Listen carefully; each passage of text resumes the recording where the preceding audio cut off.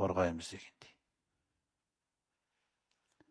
Мысалы пайғамбарымыз саллаллаху алейхи вассалам осы Рамазан айында бізге айтады: "Мән сома рамадана иманан уахтисабан", кім Рамазанды ораза тұтса. Ораза тұтса деген кезде күндізін деген сөзді қосыңыз. Кім осы Рамазан айының күндізін, яғни күндізгі сағаттарын ораза тұтса. Иманмен және Алланың құзырындағы сауапты тілеумен, онда оның өткен күнәлары кешіріледі деген кезде, бұл жердегі негізгі мәселене күндізгі сағаттардың барлығы оразамен сақтап. Ораза деген нәрсенің өзі арғы түбінде шайтанмен күресу, нәпсімен күресу, Аллаға берілу. Өйткені ол белгілі бір нәрселерден бізді тыйды, және сол тыйымда Алла Тағала бақылап тұр. Сонда күндізгі сағат, Рамазанның күндізгі сағатын пайғамбарымыз саллаллаху алейхи вассалам бізге қалай түсіндіріп отыр? Күндізгі сағаттардан еш нәрсені шайтанға бермеу. Уақыттың қадір деген нәрсе осы. Шайтан оны ақырын әкеліп келеді. Күндізгі сағаттан жалқаулық кеп тұрған жағдай болып тұрса, жалқаулыққа ештеңе бермеу. Әлсіздік, істеймін ба, істемеймін ба деп тұрған кезде, оқимын ба, оқымайын ба деп тұрған кезде, шайтанға шама келгенше ештеңе бермеу. Сонда бір күндізгі сағаттың өзінің барлығын, бұл байлықты жіберу Аллаға. Күндізгі сағаттарыңыз сіздің байлығыңыз.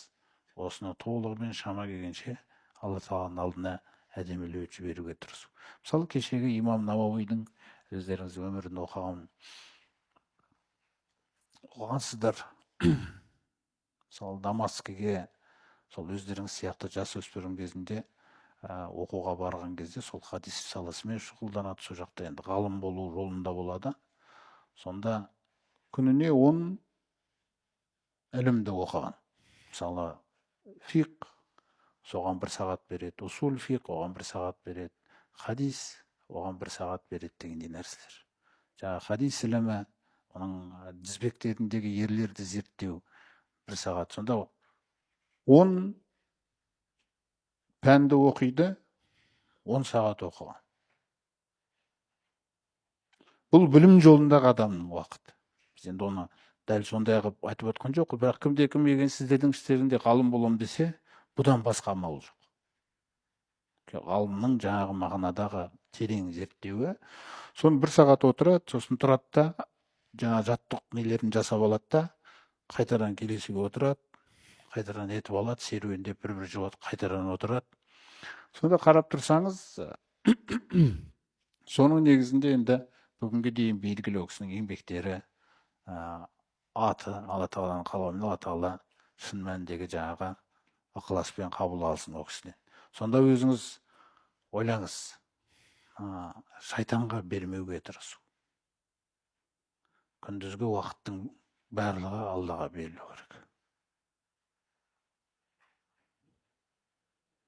Одан кейін түнгі уақытқа қарайтын болсаңыз, пайғамбарымыз саллаллаху алейхи вассалам бұл Рамазанда ерекше көңіл бөліп, бұл ай өте бір ерекше мұбарак ай болғаннан кейін, яғни сауабы өте көп. Алла Тағала аспандардың есіктерін ашып тастады дегенде сол нәрсе жатыр. Аспандардың есіктері ашық, жәннаттың есіктері ашық дегендей нәрселер. Енді түніне қарасаңыз, пайғамбарымыз түнгі сағаттарында не істеп жатыр? Ұйқы аз болуын қалап, "Мән қама рамадана" деді ол жерде. Кім Рамазанның түнін тұрса,